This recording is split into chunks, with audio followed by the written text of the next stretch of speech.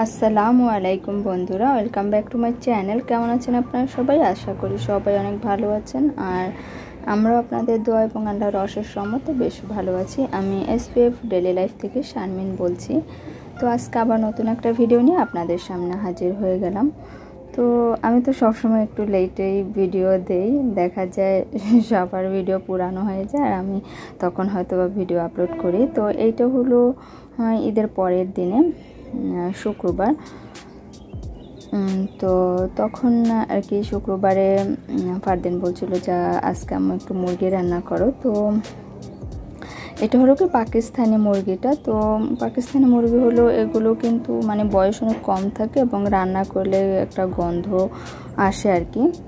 তো যেহেতু একটু গন্ধ আসে, এই জন্য ভাবলাম যে আজকে একটু অন্যভাবে রান্না করি। তো আমি সব মশলা দিয়ে এই জায়গায় মেখে তারপরে কিছুক্ষণ রেখে দিয়েছি। আর এখন আমি যে কড়াইতে তেল দিয়ে তেলটা অনেকটা গরম করে তারপরে আমি মাংসটা দিয়ে দিয়েছি। আমি যখন মেখে রেখেছি আর কি, ম্যারিনেট করে যখন রেখেছি তখন কিন্তু কোনো তেল আর কি দেইনি।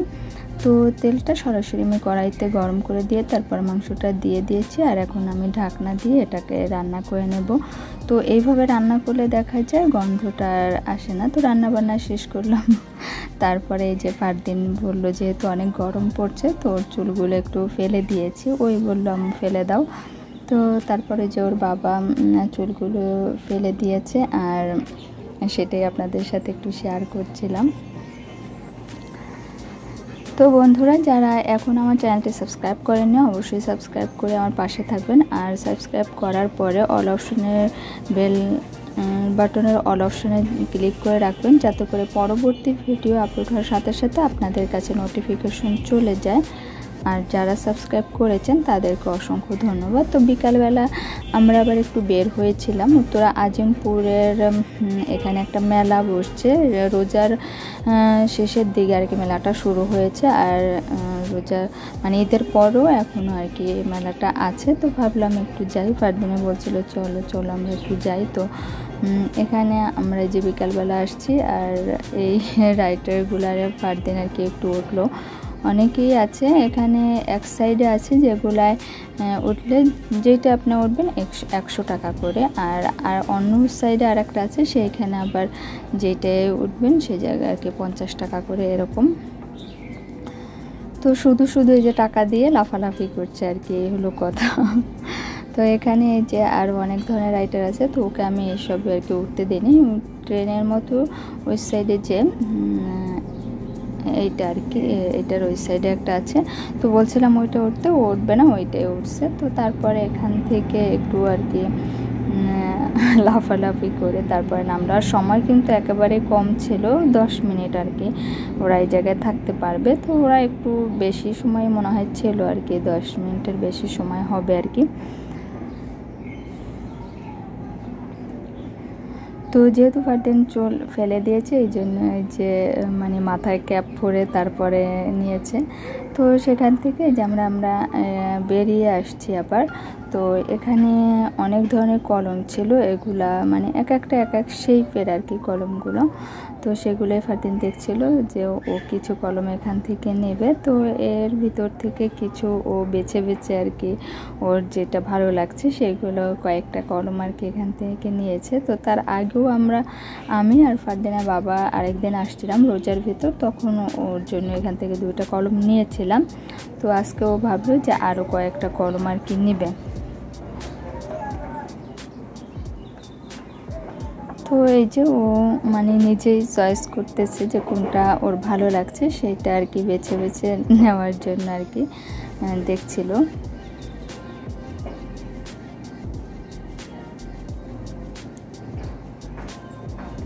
আর এই কলমগুলো একটা পিস হলো 30 টাকা করে, মানে যেটাই নেবেন 30 টাকা পিস এরকম আর কি বিক্রি করছিল। তো অনেক বাচ্চারা আছে যারা এগুলো অনেক পছন্দ করে। এটা কিন্তু লেখাও যাবে আর কি, কালি আছে এবং লেখা ভালোই, মোটামুটি খারাপ না। তো সেগুলোই অনেকেই বাচ্চারা দেখছিল আর কি নেওয়ার জন্য।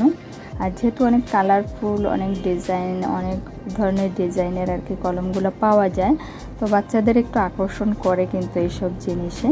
তো আমি না বলিনি, বলছি হ্যাঁ যেহেতু কলম নেওয়া যেতেই পারে, তো ওই যে কিছু কিছু বেছে হাতে নিয়েছে, এগুলো নেবে সেজন্য।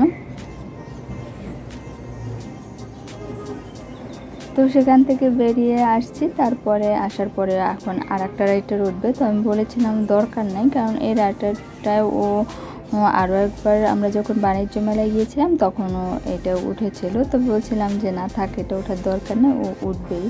তো সেখানে একটু ও ওই জায়গায় উঠে খেলাধুলা করছে, আর আমি একটু চারিপাশ ঘুরে টুরে তারপর দেখে আসছি। আর এখন এই যে ও নেমে আসছে, প্রচুর ঘাম আর কি, শরীরে একেবারে ঘামে ভিজে গেছে, কারণ বাচ্চারা ওখানে গিয়ে খেলাধুলা লাফালাফি করে এই জন্য।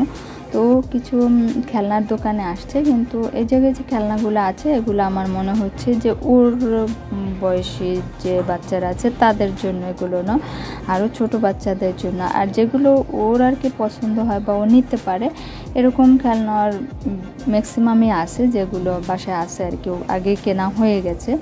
তো আমি বলছিলাম যে থাক, কিছু নেওয়ার দরকার নেই। ও বললো আচ্ছা একটু দেখি। তো তারপরে এই যে দেখাটা শেষ করে মানে অনেকটা সময় আমরা এই জায়গায় ছিলাম, সন্ধ্যার পরে পর্যন্ত ছিলাম, যেহেতু আমাদের বাসার কাছাকাছি, বেশি দূরে না। তো ভাবলাম থাক, রাত্র হলে সমস্যা নেই। তো তারপর তো বাসায় চলে আসছে। আর এটা হলো তার পরের দিন, পহেলা বৈশাখ আর কি। পহেলা বৈশাখের দিন সকালবেলা তো আমি আগের ফ্রিজে এই যে ডালটাকে পেস্ট করে রেখেছিলাম বড়া বানানোর জন্য, যে সকালবেলা ইলিশ মাছ ভাজি করব আর সাথে ডালের যে বড়া সেইটা বানাবো। তো সকালবেলা উঠে আমি কাজগুলো সব করে নিচ্ছি, আর ওরা এখনও বাবা ছেলে দুজনে ঘুমোচ্ছে। তো ওরা ঘুমোচ্ছে, আর ওরা ঘুম থাকা অবস্থায় আমি আমার এই যে কাজগুলো করে নিচ্ছি। যেহেতু আমি খুব সকালে ঘুম থেকে উঠে যাই, কারণ বেশি বেলা পর্যন্ত আমি শুয়ে থাকতে পারি না, আমার শরীরে বিরক্ত লাগে আর কি। তো যাই হোক, আমি উঠে সব কাজ আর কি করে নিচ্ছি, যে ওরা থাক, ওরা ঘুমোচ্ছে। আর আমি রাত্রে একটু বেশি করে ভাতটাকে রান্না করে রেখেছিলাম, যাতে করে সকালবেলা পান্তা ইলিশ খাওয়া যায়। এটা আসলে কি, যা আমি এটা সবসময় এরকম করে তা না, মানে মনে হলো যে কালকে যেহেতু পয়লা বৈশাখ, তো ঠিক আছে, ঘরে ইলিশ মাছও আনা আছে, আর নতুন করে আমি কিছুই করিনি আর কি, যেগুলো বাসায় আছে। তো ইলিশ মাছ আছে, সেটা কাটাই ছিল, ভাবলাম সকালবেলা কয়েক পিস ইলিশ মাছ ভেজে নিই, আর সাথে যে ডালের বড়াটা ভেজে নিই। তো এটাই ছিল আর কি আমাদের পান্তা ইলিশের আয়োজন। আমি অন্য আর কিছু করিনি, শুধু বড়াটা ভেজেছি আর ইলিশ মাছটা ভেজে তারপরে আমরা আর কি সকালে ভাতটা পান্তা ভাত খেয়েছি আর কি। পান্তা ভাত তো দেখা যায় এখন এই যে গরমের দিনে রেগুলার প্রায় খাওয়া হয় আমাদের। তো আজকে একটু ইলিশ মাছ ভেজে নিয়েছি, এই হলো কথা। আর এটা আমি খুব মানে একেবারে অল্প আছে ইলিশ মাছটাকে ভেজে নেব, যাতে করে ভিতরে পর্যন্ত মানে ভাজা হয় না, তো ভিতরে কাঁচা কাঁচা থাকলে সেটা কিন্তু ভালো লাগবে না। তো আগে আমি ইলিশ মাছটা ভেজে নিয়েছি, তারপরে বড়াটা ভেজে নেব, কারণ ইলিশ মাছের ভাজার পরে কিন্তু তেল বের হয় এখান থেকে, তো সেই তেলটা দিয়ে কিন্তু আর বড়াটা ভাজা হবে আর কি। আর যেহেতু এটা আমি বড়া ভাজবো, এই জন্য বেশি তেলেরও প্রয়োজন হবে না, অল্প তেলে বড়াটা ভাজলে সেটা খেতে ভালো লাগে।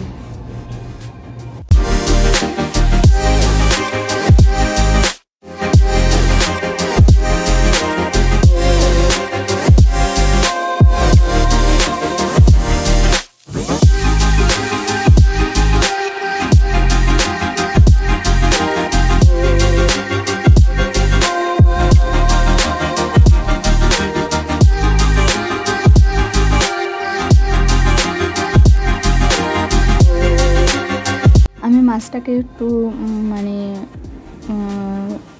মচমচা করেই ভেজে নেব, খুব অল্প আছে। আর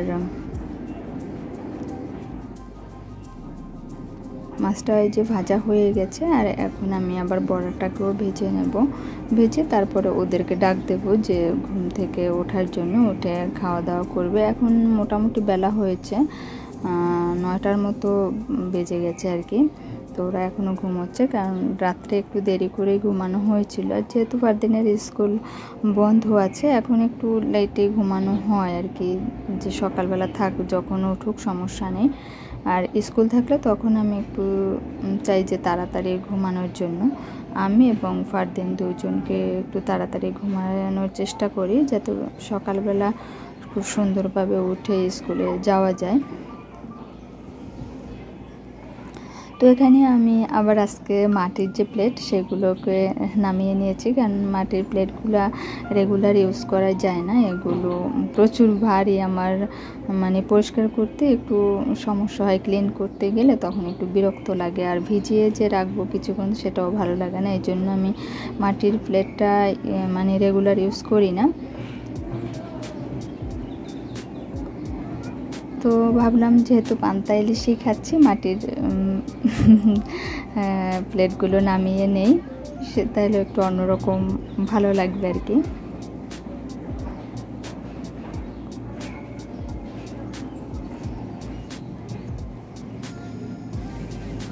আর আমাদের এলাকায় এই যে ডালের এরকম বড়া বানিয়ে পান্তা ভাত বা গরম ভাত যা দিয়ে এখানে বেশ ভালো লাগে। আমাদের এলাকায় এরকম খায়, জানি না কার এলাকায় এই খাবারগুলো খায়, কারণ সব খাবার তো আর সব এলাকায় মানুষ খায় না। দেখা যায় এক এক এলাকার খাবার বা এক এক জেলার খাবার কিন্তু এক এক রকম হয়ে থাকে, মানে অনেকটা পার্থক্য হয়ে থাকে। তো আমরা দেখা যায় কি সকালবেলা যদি একটু বেশি ভাত থাকে, দেখি যে আজকে পান্তা ভাতটা আছে, তাহলে আমি এরকম একটু বড়া ভেজে দিই। তাহলে দেখা যায় ফারদিনের বাবা আমরা তিনজনেই পান্তা ভাতটা আর কি খাই। আর পান্তা ভাত দিয়ে এই বড়াটা বেশ ভালো লাগে খেতে। তো এখানে এই যে আমার বড়াগুলো কিন্তু ভাজা হয়ে গেছে, আর এখন আমি একটু মানে সাজিয়ে গুছিয়ে তারপরে ওদের সামনে দেব সকালবেলা।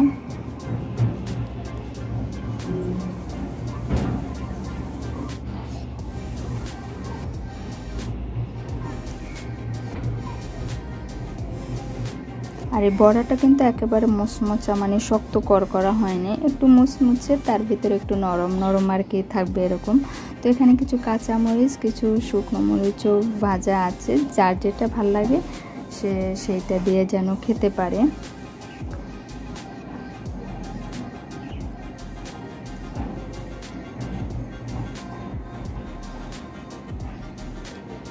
তো এই যে আমি আবার এই জায়গায় টেবিলে রেখে গিয়েছি, তো ফারদিনের বাবা যে হাত দিয়ে ভাতগুলো নিচ্ছে, পানিটা ছেঁকে তারপরে আবার পানিটাও একটু দিয়ে তারপরে আর কি খাবারটা শেষ করবে। তো এইটি ছিল আসলে আমাদের পহেলা বৈশাখের খাবার দাবার, আর এটাই আমি আপনাদের সাথে একটু শেয়ার করলাম। কে কীভাবে আয়োজন করেছেন বা করেননি সেটা কিন্তু অবশ্যই আমাদেরকে জানাতে পারেন। আমার সেইভাবে আয়োজন ছিল না, মানে যেটুকু ঘরে ছিল সেইভাবেই অবশ্য করার চেষ্টা করেছি। তো এই ছিল আর কি আমাদের পয়লা বৈশাখের আয়োজন, খুব অল্প পরিসরে আর কি, আমার বাসায় যেরকম ছিল সেরকমই। আর যেহেতু রেগুলার দেখা যায় মাঝে মধ্যে আমরা পান্তা ভাত খাই, তো সেরকমইভাবে আমরা আর কি এটাকে উদযাপন করেছি। তো এই সামান্য আয়োজন আপনাদের কাছে কেমন লেগেছে অবশ্যই জানাবেন। তো আজকের মতো এখানেই রাখছি, আল্লাহ হাফেজ।